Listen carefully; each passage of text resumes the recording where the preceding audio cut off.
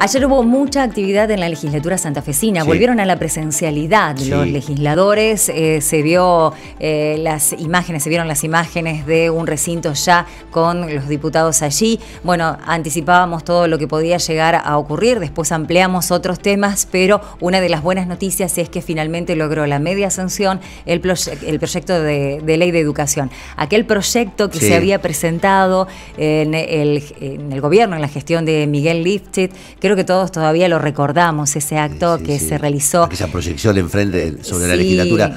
No, estaba pensando la importancia de la sanción de la ley, de la media sanción, en un momento tan delicado como este. Sí. Cuando se puso tan en duda la educación, cuando se la bastardeó tanto durante la pandemia, cuando quedó al desnudo, las dificultades que tiene el Estado hoy para socorrer especialmente y contener a los pibes con más necesidades cuando se produce una emergencia. Digo, más que nunca hoy. Y además es una cosa importante. Yo lo único que atiné a tuitear fue, bueno, por fin algo en serio. Sí. Porque es difícil discutir algo en serio en este país. Y me parece que una ley de educación es en serio. Si se cumple, es una regla. Es una ley muy innovadora que uno piensa si en su momento se hubiese tratado y aprobado, bueno, todavía falta la media sanción del Senado, cómo hubiese sido otra la historia en Santa Fe, ¿no?, durante esta pandemia. Pero bueno, una de las autoras, bueno, la autora de esta ley es la diputada Claudia Balaguer, ex ministra de Educación de la provincia, y está en línea con nosotros. Así que, buen día, Claudia, ¿cómo está?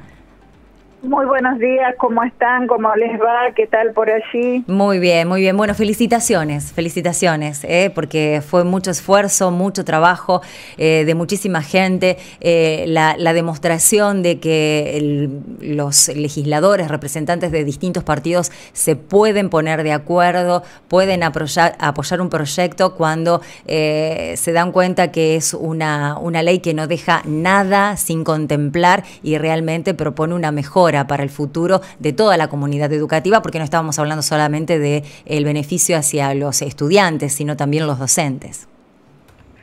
Sí, realmente, como decíamos en su momento, cuando presentamos el proyecto con Miguel Lifchit, que bueno, luego fue enriquecido por 5 proyectos de distintos bloques políticos. La verdad que todo el espectro político estuvo participando muy fuertemente de la ley de educación, más por supuesto los foros regionales que hicimos en su momento, en todos los departamentos de la provincia, los estudiantes, los docentes, los gremios, las organizaciones sociales. Yo ayer contaba que recibí inclusive un audio de Rubén Rada, ¿no?, excombatiente de Malvinas, porque está incluida Malvinas en la ley de educación, y la verdad que me emocionó muchísimo, porque bueno, terminó diciendo ya podemos irnos tranquilos porque Malvinas está en una ley de educación. Bueno, podría dar la verdad que infinidad de comentarios, de anécdotas de lo que fue todo ese proceso de construcción participativa de la ley, que creo que ahí está la gran riqueza que tiene, además de ser vanguardista, porque realmente es una ley que antes de la pandemia ya planteaba la modalidad mixta, virtual y presencial, cómo garantizarla, planteaba cómo retener y mejorar las trayectorias educativas de los estudiantes para que no abandonen la escuela. Bueno, todas las cosas que lamentablemente hoy estamos sufriendo, ¿no? Y que tenemos que retomar esa senda de construcción verdadera de la educación en Santa Fe, de inversión verdadera en educación, porque bueno, la verdad que creo que muchos, la inmensa mayoría, estamos convencidos que sin educación no tenemos futuro. Claudia, buen día, Connie soy. Estamos viendo las imágenes del momento de la presentación de la ley. La verdad que fue una jornada aquella inolvidable por todo el simbolismo, y después vino lo que vino, ¿no? Sobre todo la pandemia y el retroceso en un montón de aspectos. ¿Qué le puedes decir a la gente para que entienda, qué es lo que va a permitir esta ley? En todo caso, ¿qué es lo que va a cambiar o lo que va a asegurar esta ley si se cumple?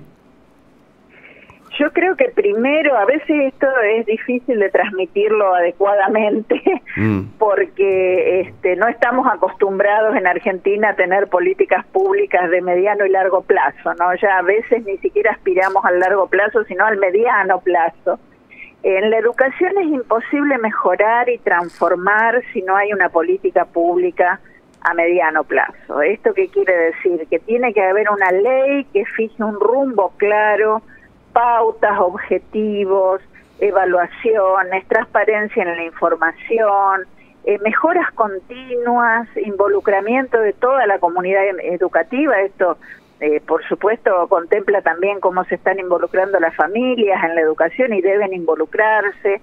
Bueno, muchísimas cosas que generan una verdadera política educativa y una verdadera política de Estado. Creo que el hecho de tener una ley como primera instancia, y para mí la más importante, garantiza eso.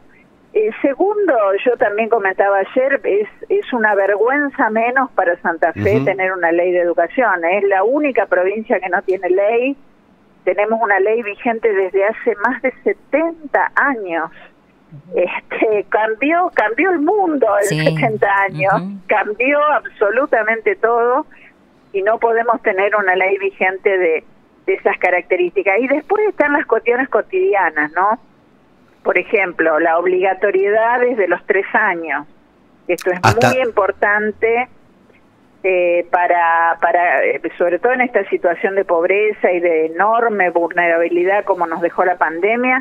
Bueno, la educación obligatoria desde los 3 años, hablar desde la educación desde los 45 días, hacerla universal, trabajar también en lo que significa esto que yo decía, el abandono escolar, ir a buscar a los chicos casa por casa, devolverlos a la escuela, trabajar temáticas fundamentales, la formación docente, el acompañamiento a los docentes, algo que faltó muchísimo en la pandemia también, que ellos se sientan realmente respaldados por un Ministerio de Educación, y bueno, muchísimas otras cosas. Tiene más de 200 artículos la ley, así que imagínense la cantidad de temas que aborda, pero yo creo que hoy son los temas indispensables para reconstruir una educación que ha quedado muy golpeada después de la pandemia. Sí, además digamos, se me ocurre que no hay otra salida que esta. Digamos, es un tema de conversación habitual cuando hablamos de las salidas posibles para una crisis tan terminal como vive el país. No hay otra salida que no sea una verdadera revolución educativa con un nivel de obligatoriedad y de contención de los pibes, que no tengan alternativa que sea la calle o la venta de lo que querramos, digamos que los pibes tengan la obligación de los 3 hasta que terminen la secundaria de estar en las escuelas. Digo, eso si se hace cumplir de verdad te cambia el paradigma, de verdad te modifica el componente y el futuro de una sociedad. Y es increíble cómo no lo estamos haciendo, cómo lo abandonamos, ¿no? Porque en el fondo que hoy tengamos la cantidad de pibes, dicen 100.000 afuera del sistema, es porque hay un Estado que los termina abandonando. Ahora va a haber una ley que tiene que cumplirse, ¿no? Sí, eso también permite la ley, por supuesto, que cada ciudadano puede exigir el cumplimiento, ¿no? Porque después de que lo apruebe el Senado, lo tome el Ejecutivo, se reglamente, tiene que haber un contralor ciudadano de que esto realmente se cumpla y que haya lugar para todos en el sistema educativo. Por supuesto que creo que todos sabemos por experiencia personal la movilidad social que ha generado y que genera la educación. A esto se suma un crecimiento social y un desarrollo muy basado en el conocimiento, en el mundo, ¿no? Los países que han crecido en las últimas décadas han puesto mucho esto de basarse en el conocimiento para mejorar y para desarrollarse. Por eso digo que no tenemos futuro si no pensamos una realidad con una educación muy fuerte y muy importante y con mucha inversión. Yo creo que ahí está el otro punto clave, ¿no? También la ley propone jamás disminuir los presupuestos en educación, que lamentablemente es lo que está pasando, sino aumentarlos año a año, promover año a año la mejora educativa, que creo que ahí está la clave para que todo esto funcione. Y lo que vimos en todo este periodo fue lo contrario, ¿no? Fue chicos sin dispositivos para estudiar, docentes que no tenían claramente un horizonte de lo que había que hacer en una situación tan crítica como la que vivieron, Bueno, y hoy las escuelas que tampoco tienen un funcionamiento totalmente regular. Recibimos organizaciones de padres en la Comisión de Educación que nos dicen que todavía falta, que hay escuelas que siguen en burbuja, que algunas todavía no tienen las condiciones edilicias adecuadas. Hay que seguir trabajando, invirtiendo y teniendo una firme decisión política de apostar a la educación, realmente de apostar con mucha fuerza. Claudia, bueno, recién usted más o menos lo anticipaba, pero falta la media sanción del Senado. ¿Cuáles son los tiempos que calculan hasta que definitivamente se transforme en ley? El Senado, con la primera sanción, nunca lo trató seriamente el tema. Esperemos que ahora cambie la historia, que realmente reflexionen sobre la importancia de trabajarlo. Nosotros, por supuesto, seguimos promoviendo reuniones con ellos. Todos los diputados y diputadas de la Comisión de Educación hablamos con los senadores individualmente, grupalmente, como para que realmente sea un tema que se tome y que se ponga como prioridad política. Esperemos poder lograrlo. Nosotros tenemos ahí una batalla todavía por delante, pero estamos muy dispuestos a hacerla. La última, Claudia, no quiero dejar de preguntarte por la coyuntura. Estamos hablando con Claudia Balaguer, sí. Lo recuerdo por si alguien se prende en la conversación, es la ex ministra y actual diputada que ayer consiguió con otros diputados darle media sanción a la ley de educación.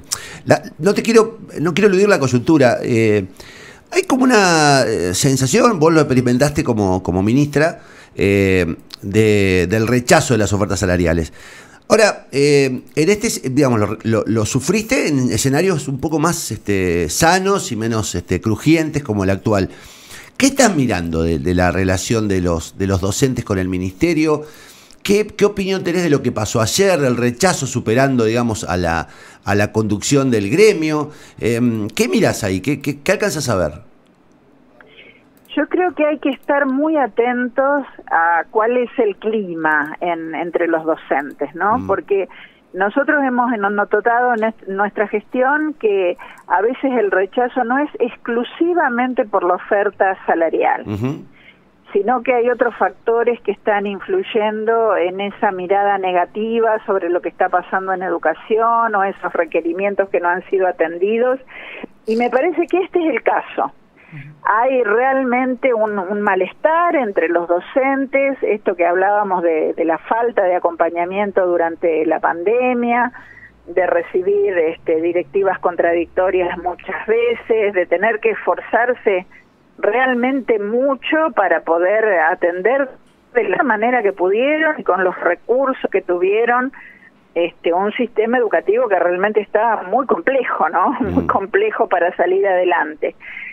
Y creo que todo eso, más el recordar la cláusula gatillo que existieron en los gobiernos del Frente Progresista, sobre todo en los últimos años, y que tampoco estuvieron presentes en un contexto inflacionario muy alto, más otras cosas que se van sumando, ¿no? Yo creo que muchas veces radica allí la situación del rechazo. Y bueno, claramente, a pesar de que el gremio había impulsado otra cosa, hubo una clara definición de los docentes de que las cosas así no estaban bien y que había que repensar un montón de cosas. Reitero, a veces es incluso independiente del nivel de la oferta salarial.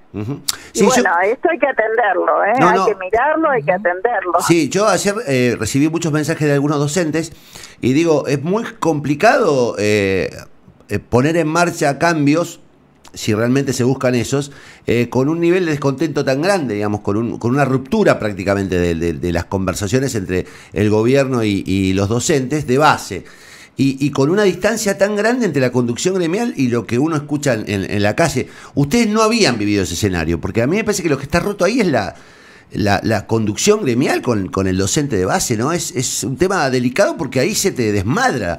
¿Y cómo volvés a poner las cosas ordenadas para la negociación y la charla? Es un tema difícil realmente.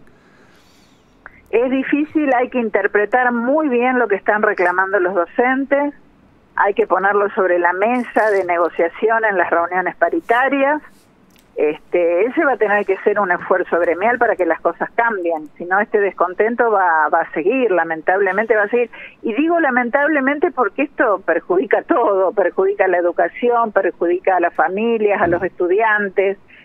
Nunca es bienvenido un paro docente, la verdad que eso es así, y menos después de todo lo que pasamos. Pero va a requerir un gran esfuerzo de interpretación de lo que realmente está reclamando el docente y cómo revertir esa situación. Esperemos que pueda darse, esperemos que pueda encaminarse y solucionarse, porque la verdad que es grave que el sistema educativo esté en esta crisis. Claudia, como siempre, muchísimas gracias. Muchas gracias a ustedes y muy buenos días.